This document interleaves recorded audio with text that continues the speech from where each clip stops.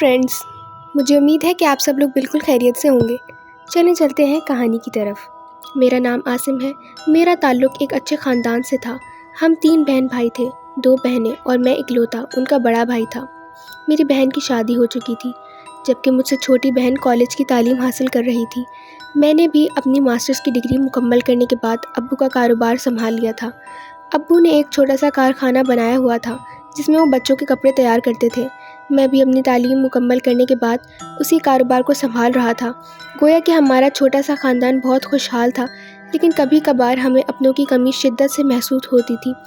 اس کی وجہ یہ تھی کہ ابو اپنے والدین کے اکلوتے تھے، نہ ہمارا کوئی چاچا تھا اور نہ ہی کوئی پھپھو۔ ایک امی کا بھائی ہی تھا جو بہت دور ایک گاؤں میں رہتا تھا۔ میں اکثر ان سے ملنے ان کے گاؤں چلا آتا تھا۔ بچپن سے ہی مجھے ماموں کے گھر رہنے کی عادت تھی، اس لیے میں 10-15 دن وہاں گزار کر آتا تھا۔ لیکن اس بار گیا تو میرے ساتھ ایک حیرت انگیز واقعہ ہوا تھا جو آج سے پہلے کبھی نہ پیش آیا تھا۔ دراصل ماموں کے گاؤں کے قریب ہی ایک گھنا جنگل تھا۔ بچپن سے ہی ان راستوں سے واقف ہونے کی وجہ سے میں اس جنگل میں آنے جانے کا عادی تھا، لیکن وقت کے ساتھ ساتھ گاؤں والوں کا کہنا تھا کہ اس جنگل میں اب جنگلی جانور آباد ہو گئے ہیں، اور ایک پرانا قبرستان بھی تھا جہاں پر اب کوئی بھی نہیں جاتا تھا۔ اس کی وجہ یہ تھی کہ پرانے زمانے کے لوگ کہتے تھے کہ اس جنگل میں انسانوں کا ایک قافلہ پورا کا پورا کسی مصیبت کا شکار ہو کر یہیں ختم ہو گیا تھا۔ گاؤں والوں کا ماننا تھا کہ ان کی روحیں ابھی تک اسی جنگل میں بھٹکتی ہیں، جبکہ میں ایسی باتوں پر یقین نہیں رکھتا تھا۔ لیکن اس بار میرا ٹکراؤ ایک معصوم جانور سے ہوا جسے میری مدد کی ضرورت تھی، لیکن جس طرح اس نے مجھے لگاؤ سے اظہار کیا تھا، اسے دیکھ کر نہ جانے کیوں میرا دل چاہ رہا تھا کہ میں اسے اپنے ساتھ لے جاؤں۔ لیکن کہتے ہیں نا کہ جنگل کے جانور ہمیشہ جنگل میں رہ کر ہی اپنی زندگی گزارنا پسند کرتے ہیں، اسی لیے میں نے اسے اسی جنگل میں چھوڑ دیا۔ پھر 2 دن بعد مجھے واپس اپنے شہر جانا تھا، کیونکہ میری غیر موجودگی میں ابو کارخانے کو نہیں سنبھال سکتے تھے، لیکن اب واپس جانا چاہتا تھا۔ اپنی گاڑی نکال لی اور واپسی کے سفر پر گامزن ہو گیا، لیکن بیچ راستے میں ہی میرے ساتھ ایک عجیب و غریب واقعہ پیش آیا۔ چونکہ میں دوپہر کے وقت شہر کی طرف نکلا تھا، اس لیے مجھے آدھے راستے میں ہی رات ہو گئی تھی۔ ابھی میں موڑ کاٹ کر شہر کی سڑک پر گاڑی ڈالنے ہی لگا تھا جب اچانک راستے میں سفید لباس میں ملبس ایک لڑکی مجھے سڑک کے کنارے کھڑی ہوئی نظر آئی۔ دیکھ کر اپنا ہاتھ ہلا کر شاید لفٹ مانگ رہی تھی، لیکن اس طرح سنسان علاقے میں ایک نوجوان لڑکی کی موجودگی حیران کن تھی، کیونکہ آس پاس تو کوئی آبادی بھی نہیں تھی۔ آج کل حالات ویسے بھی ٹھیک نہیں تھے، پاس تو کوئی آبادی بھی نہیں تھی۔ کہیں اس لڑکی کا تعلق کسی خطرناک گروہ سے نہ ہو، لیکن ہو سکتا ہے کہ یہ کسی مجبوری کی حالت میں اس سڑک کنارے کھڑی ہو۔ یہی سوچ کر میں نے گاڑی روک دی تھی۔ لڑکی نے دوپٹے سے چہرہ چھپایا ہوا تھا، لیکن اس کی خوبصورت آنکھیں دوپٹے سے جھانک رہی تھیں۔ سفید ہاتھ جس میں کالے رنگ کی چوڑیاں پہن رکھی تھیں، وہ لڑکی ہرگز نظر انداز کرنے کے قابل نہ تھی۔ میں اسے دیکھ کر حیران رہ گیا۔ پھر وہ اپنی خوبصورت آواز میں کہنے لگی، مجھے یہاں سے تھوڑی دور جانا ہے، کیا آپ مجھے چھوڑ دیں گے؟ اس کے لہجے میں ہچکچاہٹ تھی۔ میں نے فوراً منہ سے بیٹھنے کا اشارہ کیا۔ اسے گاڑی کا دروازہ بھی کھولنا نہیں آ رہا تھا، ایسا لگ رہا تھا جیسے وہ کہیں دیہات کی لڑکی ہے۔ میں نے ہی اس کے لیے گاڑی کا دروازہ کھولا۔ وہ پلک جھپکتے ہی گاڑی میں سوار ہو گئی۔ اس کے چہرے پر ابھی تک نقاب لگا رکھا تھا۔ کہاں سے آ رہی ہیں آپ؟ میں نے ایسے ہی بات کرنے کی غرض سے اس لڑکی سے پوچھا۔ وہ سر جھکا کر کہنے لگی، بڑی مشکل سے اپنی جان بچا کر بھاگی ہوں۔ کیا گھر سے بھاگ کر آئی ہو؟ میں تیز نظروں سے اسے گھورتا ہوا پوچھنے لگا۔ وہ دونوں ہاتھوں میں منہ چھپا کر رونے لگی اور اسے یوں روتے ہوئے دیکھ کر میں گھبرا گیا۔ پھر وہ آنسو پوچھ کر کہنے لگی، میرے ماں باپ نہیں ہیں، چچا بہت ظالم ہے، بچپن سے ہی اس کے پاس رہتی تھی، لیکن اس نے میرا سودا کر دیا۔ وہ مجھے ایک طوائف کے ہاتھوں بیچنا چاہتا تھا، اسی لیے گھر سے بھاگ کر یہاں آ گئی ہوں۔ سوچ رہی تھی کہ اپنے گاؤں سے بہت دور کسی شہر میں چلی جاؤں گی، کم از کم سر چھپانے کا ٹھکانہ تو ہی مل جائے گا۔ مجھے بہت افسوس ہوا۔ بیچ میں ہی وہ لڑکی بہت مظلوم نظر آ رہی تھی۔ وہ لڑکی بالکل دیہاتی نظر آ رہی تھی۔ شہر آنے میں ابھی 1 گھنٹے کا سفر باقی تھا۔ ابھی آدھے گھنٹے کا سفر طے کیا تھا جب اس نے گاڑی روکنے کا کہا۔ میں حیران ہو گیا، کیونکہ آس پاس کوئی آبادی نہیں تھی، جبکہ یہ لڑکی تو شہر جانا چاہتی تھی۔ پھر یہ اس ویران اور سنسان جگہ پر کیوں اتر رہی ہے؟ اکیلی یہاں کہاں جائیں گی؟ میں نے تشویش سے اس سے پوچھنے لگا۔ وہ اداسی سے کہنے لگی، یہیں کہیں کسی جھونپڑی میں رہ کر اپنی زندگی گزار لوں گی۔ میں نے سنا ہے کہ یہاں پر بہت اچھی بستی ہے۔ جہاں پر میرے جیسے کئی لاوارث لڑکیاں رہتی ہیں، میں بھی کہیں نہ کہیں سر چھپا کر رہ لوں گی۔ میں اسے آواز دے کر روکنا چاہتا تھا کہ اس لڑکی کو اپنے ساتھ لے جاؤں، لیکن پھر ہمت ہی نہ پڑی۔ وہ چپکے سے دروازہ کھول کر اتری اور دور اندھیرے میں جا کر غائب ہو گئی۔ میں اس کی پرچھائی دیکھنا چاہتا تھا، لیکن اب وہ نظروں سے اوجھل ہو چکی تھی۔ پھر میں نے ایک ٹھنڈی سانس بھری اور شہر کی طرف روانہ ہو گیا۔ اس واقعے کے کئی دن تک میرے ذہن پر گہرا اثر رہا تھا۔ نہ جانے وہ لڑکی کہاں گئی ہوگی، یا یوں ہی لاوارث حالت میں ادھر ادھر بھٹک رہی ہوگی۔ کئی بار دل میں خواہش جاگی کہ اس سے دوبارہ ملاقات کرنے جاؤں، لیکن پھر یہی سوچ کر اپنے دل کی اس خواہش سے باز آ جاتا کہ جب گھر والے اسے قبول ہی نہیں کریں گے اور نہ ہی میں اسے اپنے ساتھ لے کر آ سکتا ہوں، تو پھر بار بار اس سے ملنے کی کیا ضرورت ہے۔ اب پھر سے میں نے کارخانے میں آنا جانا شروع کر دیا تھا۔ کارخانے میں مرد حضرات بھی کام کرتے تھے اور نوجوان لڑکیاں بھی، جو سلائی مشین پہ بیٹھ کر بچوں کے کپڑے سلائی کرتی تھیں۔ میرا کام صرف نئے نئے ڈیزائن پر کام کروانا تھا۔ پھر مینیجر آ کر بتانے لگا کہ سر 5-6 لڑکیاں کام چھوڑ کر جا چکی ہیں، ہمیں لڑکیوں کو بھرتی کرنا چاہیے تاکہ کام تیزی سے ہو سکے۔ میں بھی اس کو بات سے متفق ہو گیا اور اسے اجازت دے دی کہ لڑکیوں کو بھرتی کرو۔ کوئی جان پہچان والی اچھی ہنرمند لڑکی ہو، اسے نوکری پر رکھ لوں۔ یوں لڑکیاں بھی بھرتی ہو گئیں۔ اس دن میں راؤنڈ لگانے کے لیے ڈپارٹمنٹ میں گیا تھا، جب میری نظر سر جھکائے کالے دوپٹے میں ملبس ایک لڑکی پر پڑی۔ اس لڑکی کو دیکھ کر چونک گیا۔ یہ آنکھیں مجھے خود جانی پہچانی لگتی ہیں۔ پھر میں نے اپنا وہم سمجھتے ہوئے اسے نظر انداز کر دیا، لیکن دوسرے دن جو ہوا وہ ہرگز بھولنے کے قابل نہیں تھا۔ میں اپنی گاڑی میں گھر کی طرف جا رہا تھا جب راستے میں ایک لڑکی کے چیخنے کی آواز سنائی دی۔ ایسا لگ رہا تھا جیسے کچھ لوگ کسی لڑکی کا پیچھا کر رہے ہیں۔ اچانک ہی وہ لڑکی میری گاڑی سے بری طرح ٹکرائی۔ میں نے دیکھا کہ اس کے ماتھے سے خون بہہ رہا تھا، لیکن جیسے ہی میری نظر اس کے چہرے پر پڑی تو میں چونک گیا۔ یہ وہی لڑکی تھی جو میرے کارخانے میں کام کرتی تھی۔ کیا ہوا تمہیں؟ پریشانی سے اسے پوچھنے لگا۔ وہ گھبراتے ہوئے کہنے لگی، کچھ لوگ میرے پیچھے پڑے ہیں، ان سے عزت بچا کے میں یہاں بھاگ کر آئی۔ پھر میں اسے یاد دلاتے ہوئے کہنے لگا، تم وہی لڑکی ہو نا جس نے اس دن مجھ سے لفٹ لی تھی؟ اس نے سر جھکا لیا، پھر کہنے لگی، ہاں، مجھے ایک بوڑھی عورت نے سہارا دیا تھا، اسی لیے میں یہاں اس شہر میں آ گئی تھی، اسی کے ساتھ رہتی ہوں۔ چھٹی کے بعد گھر کی طرف جا رہی تھی جب راستے میں 3-4 آوارہ لڑکے میرے پیچھے پڑ گئے۔ پھر میں اسے کہنے لگا، چلو میں تمہیں گھر تک چھوڑ دیتا ہوں۔ وہ میرے ساتھ گاڑی میں آ کر بیٹھ گئی تھی۔ پھر اس نے مجھے ایک کچی بستی میں گاڑی روکنے کا کہا۔ میں حیران رہ گیا، یہ عجیب ویران اور سنسان جگہ تھی۔ اتنی خوبصورت لڑکی اس بستی میں رہتی ہے، یہ سوچ کر مجھے بہت افسوس ہوا۔ کوئی بھی اس لڑکی پر اپنی نیت خراب کر سکتا تھا۔ پھر میں نے اسے کچے کے راستے پر اتارا اور اپنی گاڑی واپس لے آیا۔ پھر دوسرے دن امی مجھے کہنے لگی کہ میں تمہارے لیے لڑکیاں دیکھ رہی ہوں، چاہتی ہوں کہ تمہاری اس سال کے آخر میں شادی ہو جائے۔ میں ذہنی طور پر شادی کے لیے تیار نہیں تھا، لیکن امی ابو کی خواہش کو رد بھی نہیں کر سکتا تھا۔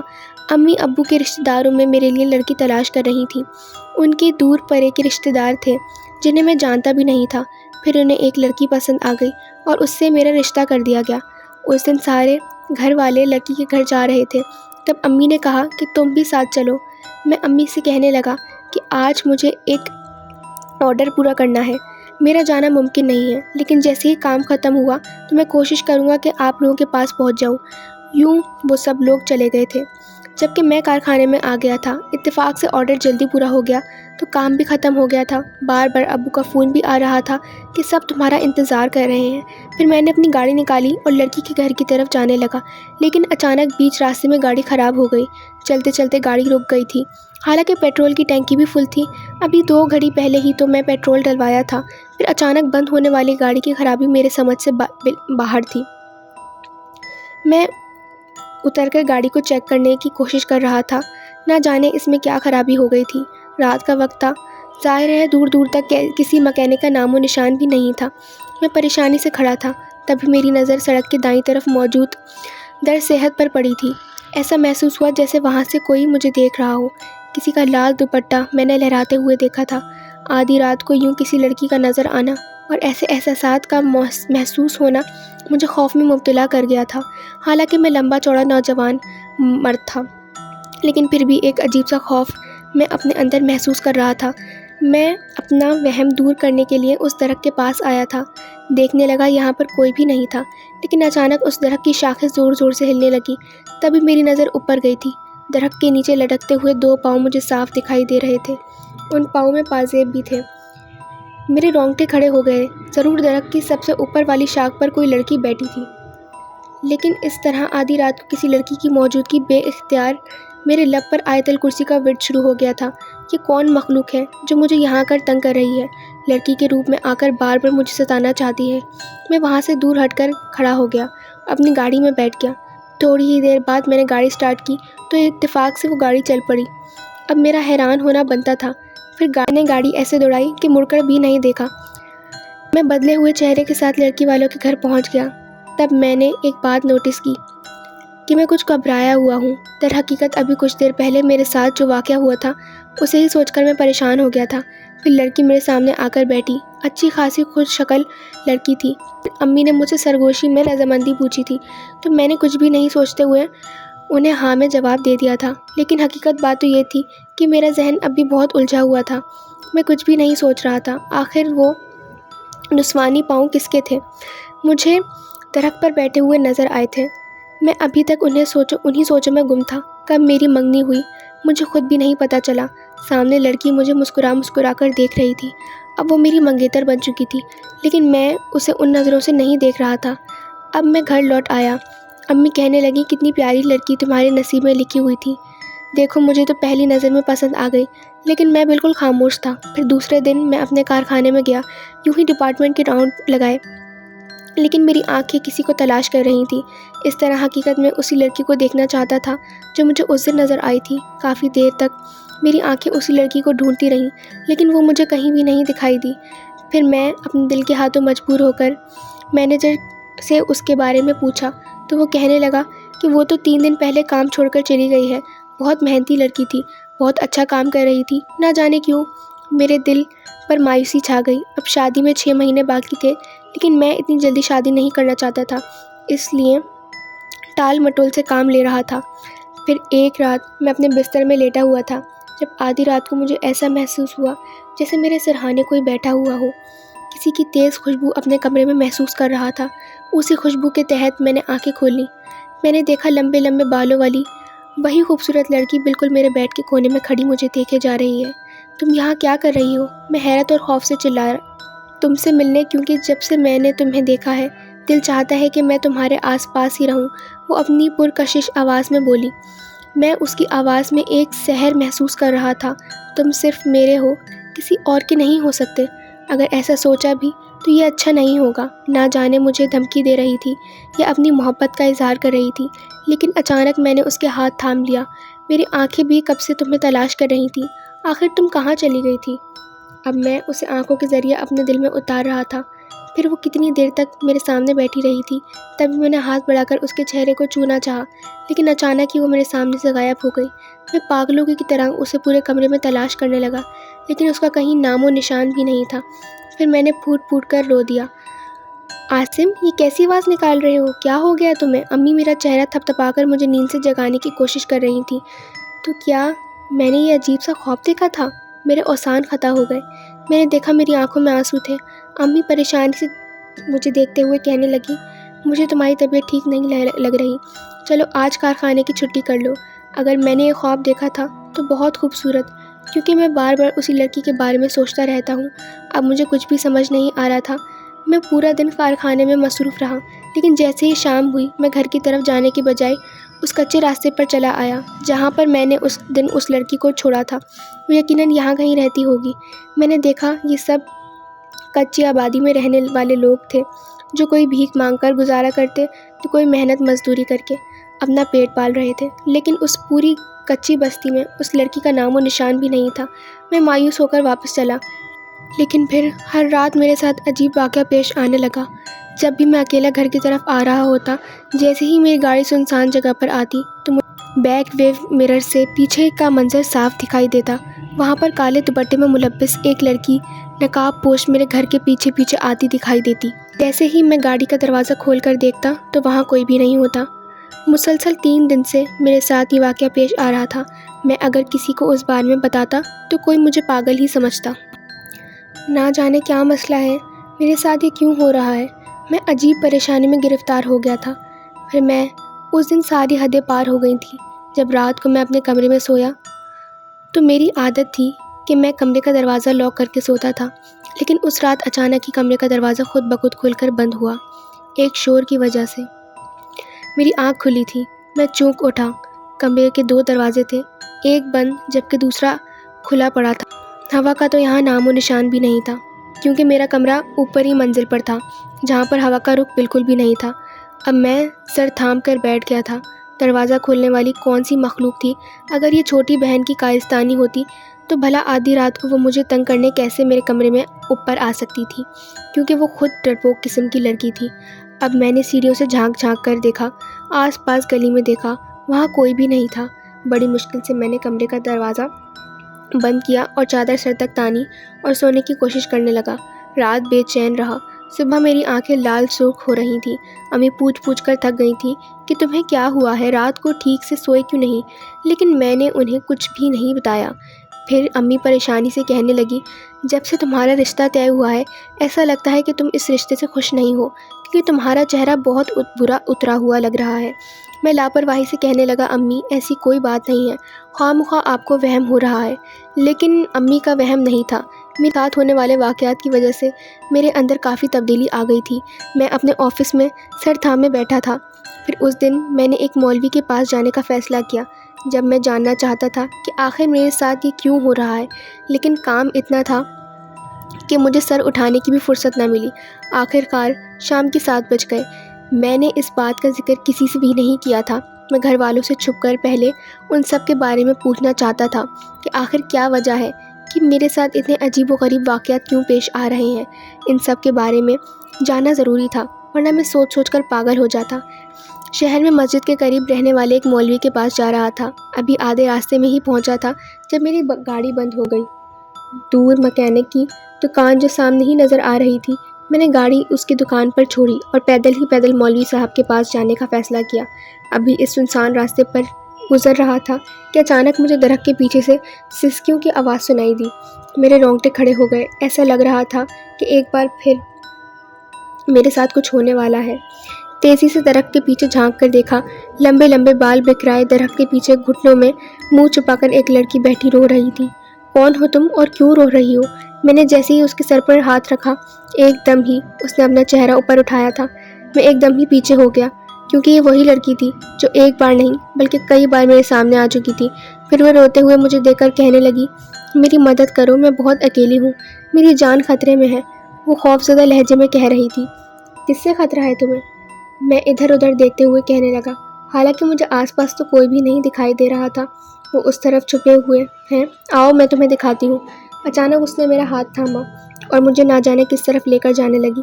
اس سے پہلے کہ میں نہ سمجھی میں اس کے ساتھ چل پڑا تھا کہ مجھے اپنے پیچھے سے آواز سنائی دی، نوجوان تم کہاں جا رہے ہو؟ اس کے فریب میں مت آؤ، یہ لڑکی نہیں بلکہ ایک جن زادی ہے۔ میں نے پلٹ کر دیکھا، وہ ایک بوڑھا آدمی تھا جو غضبناک نظروں سے اس لڑکی کو دیکھتے ہوئے کہہ رہا تھا۔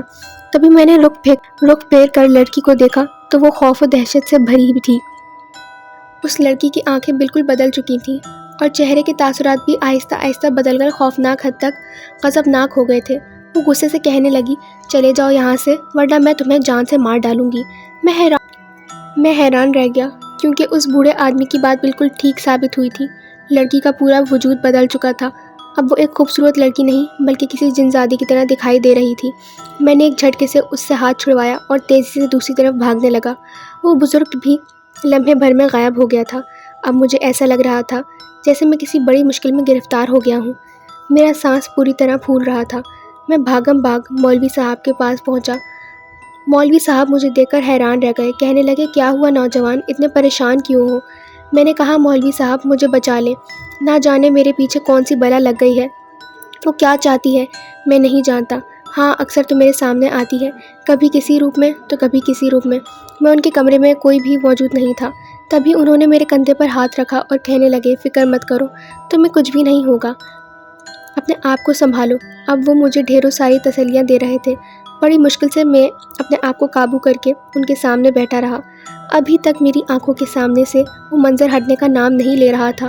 کسی طرح اس خوبصورت لڑکی نے اچانک جنزادی کا بھیس بدل لیا تھا۔ آخر وہ میری مدد کرنے والا بوڑھا آدمی کون تھا؟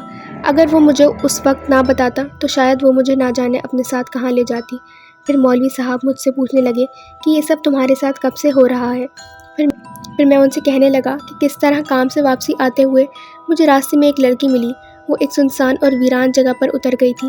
مجھے نہیں معلوم تھا وہ کوئی لڑکی ہے یا کوئی جنزادی، لیکن وہ بار بار میرے سامنے آتی رہی۔ جب میں بھی اسے دیکھنے جاتا تو وہ اس جگہ پر موجود نہیں ہوتی، بلکہ اس کا کوئی نام و نشان ہی نہیں ہوتا تھا۔ مولوی صاحب کہنے لگے، رک جاؤ بیٹا، مجھے اس کا حساب کرنے دو، پھر میں تمہیں سب بتاتا ہوں۔ پھر جیسے ہی مولوی صاحب نے حساب کیا تو ان کے چہرے کے تاثرات بدل گئے۔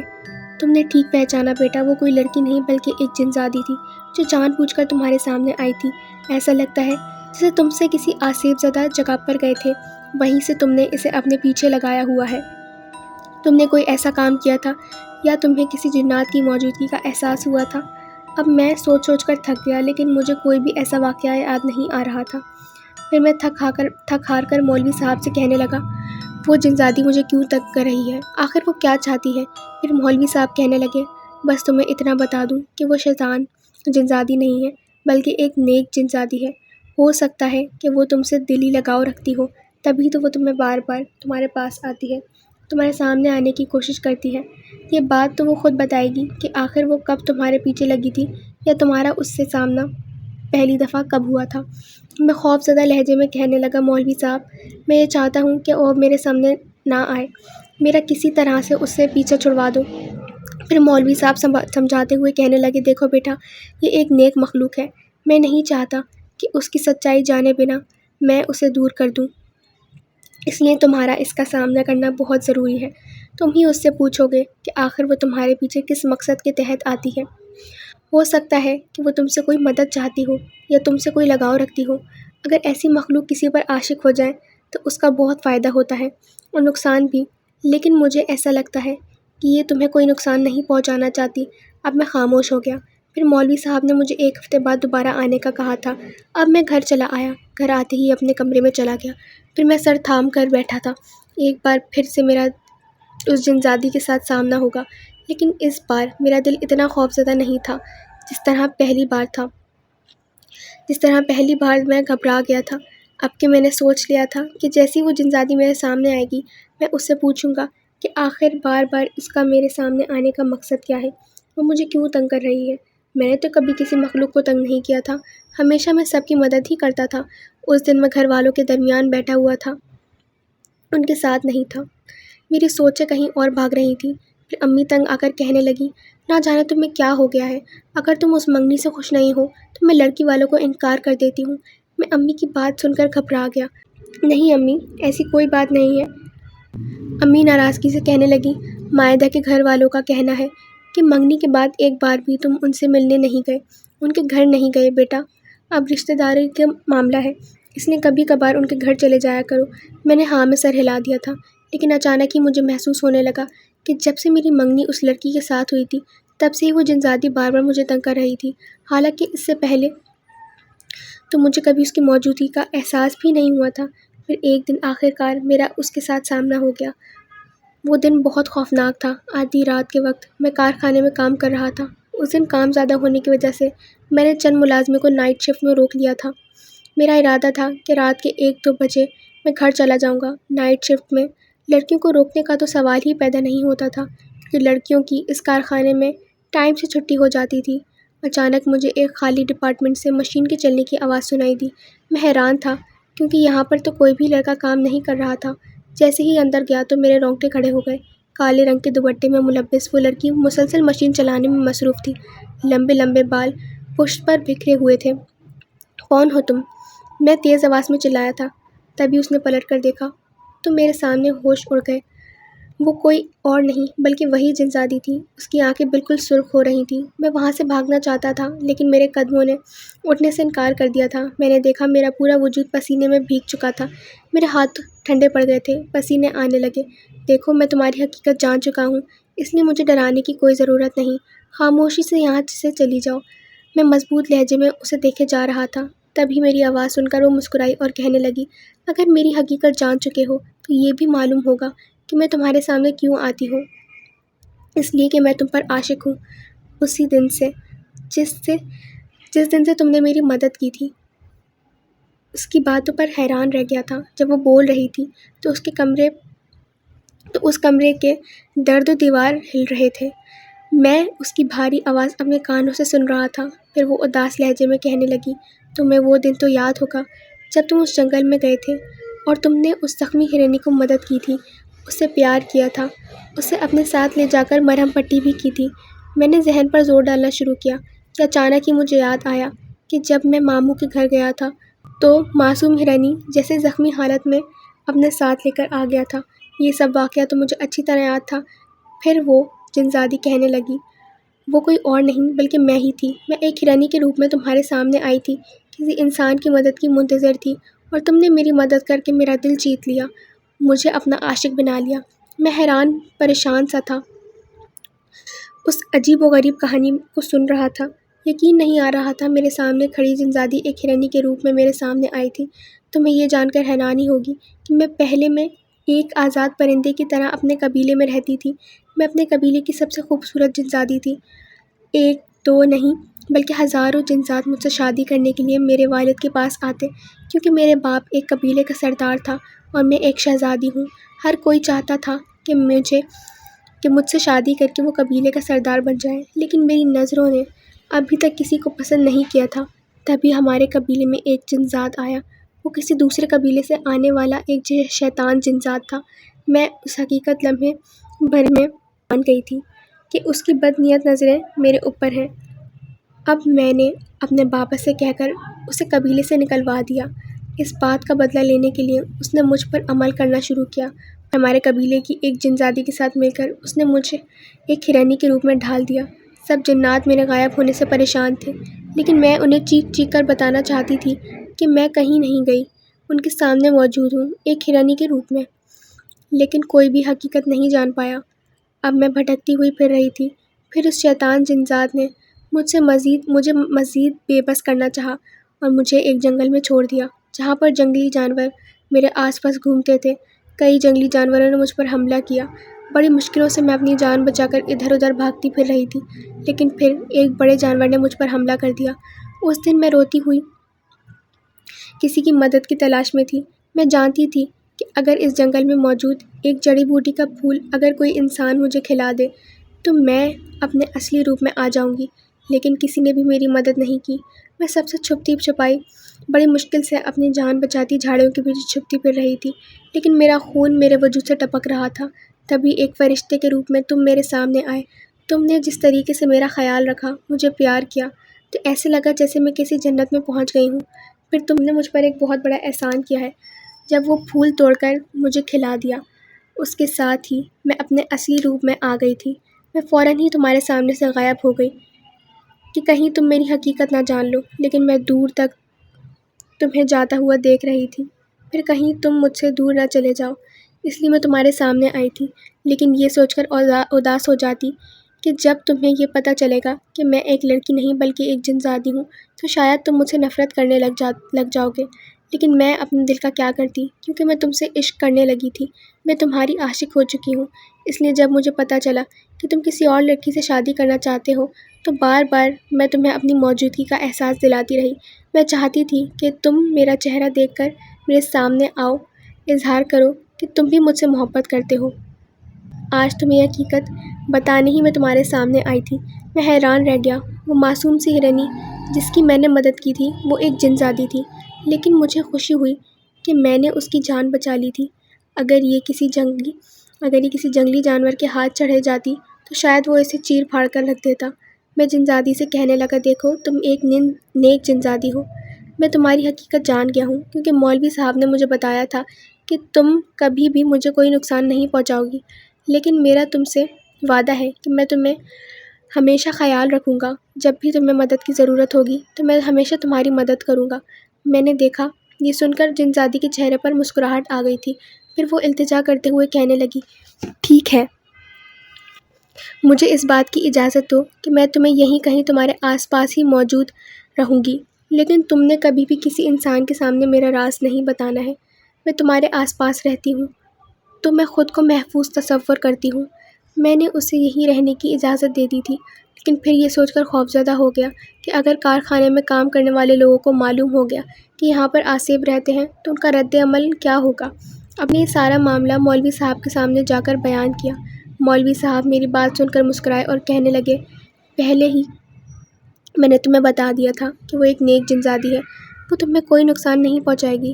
اب میرا ایک مشورہ مانو اور اب تمہارے سامنے اگر وہ آئے تو اس سے کہنا کہ واپس اپنے قبیلے میں لوٹ جاؤ، کیونکہ اس کا باپ جو ایک قبیلے کا سردار ہے وہ اس کا انتظار کر رہا ہوگا۔ شاید وہ تمہاری وجہ سے اپنے قبیلے میں نہیں جانا چاہتی، لیکن اگر تم اصرار کرو گے اور اس سے ملنے کا وعدہ کرو گے تو وہ ضرور وہاں چلی جائے گی۔ اب میں مولوی صاحب کی بات پر عمل کرنے کا سوچ رہا تھا، اس لیے ایک رات جب کارخانے میں کوئی بھی نہیں تھا، میں چپکے سے اس ڈپارٹمنٹ میں جا پہنچا جہاں پر ایک کونے میں وہ جنزادی رہتی تھی، جو صرف مجھے دکھائی دیتی تھی کیونکہ وہ خود کو میرے سامنے ظاہر کرتی تھی۔ پھر میں اس سے کہنے لگا، دیکھو، میں وعدہ کرتا ہوں کہ میں ساری زندگی تمہارے ساتھ رہوں گا، ہر گھڑی تمہارا خیال رکھوں گا، لیکن تم اپنے والد کا سوچو جو تمہارا انتظار کر رہا ہے، کیونکہ مجھے ایک پیغام آیا ہے کہ جنزادی جو کئی دن سے لاپتہ ہے اس کا قبیلے میں انتظار ہو رہا ہے۔ وہ اس جشن کا انتظار کر رہے ہیں جو وہ جنزادی کے آنے کے بعد منائیں گے۔ وہ جنزادی خوشی سے کہنے لگی، کیا تم سچ کہہ رہے ہو؟ کیا میرے والد صاحب سچ میں میرا انتظار کر رہے ہیں؟ میں نے ہاں میں سر ہلایا اور کہنے لگا، میں خود تمہیں وہاں چھوڑنے جاؤں گا، میرا تم سے وعدہ ہے۔ یوں جنزادی اپنے قبیلے میں واپس جانے پر رضامند ہو گئی تھی۔ پھر دوسرے دن میں آدھی رات کو اس جنزادی سے ملنے آیا، لیکن یہاں اس کا نام و نشان نہیں تھا۔ میں نے 2-3 دفعہ اسے پکارا، لیکن میری آواز کے جواب میں کوئی جواب نہیں تھا۔ اب میں مایوس ہو کر گھر لوٹ آیا۔ نہ جانے کیوں مجھ پر ایک مایوسی طاری ہو گئی تھی، کہیں مجھے بھی اس جنزادی سے محبت تو نہیں ہو گئی تھی۔ یہ سوچ کر میرے ہوش و حواس جا رہے تھے۔ کئی دن گزر گئے۔ جب ایک دن میں اکیلا اپنے کمرے میں بیٹھا، گھر والے میرے سسرال گئے ہوئے تھے کیونکہ عنقریب میری شادی کی تاریخ فکس ہونے والی تھی۔ جب وہ میرے سامنے آئی تھی، مسکراتی ہوئی نظروں سے مجھے دیکھ کر کہنے لگی، تم نے مجھ سے وعدہ کیا تھا کہ جب بھی تمہارے سامنے آؤں گی تو تم بھی مجھے اپنی زندگی سے واپس جانے کا نہیں کہو گے۔ میں اسے سامنے دیکھ کر خوش ہوا تھا۔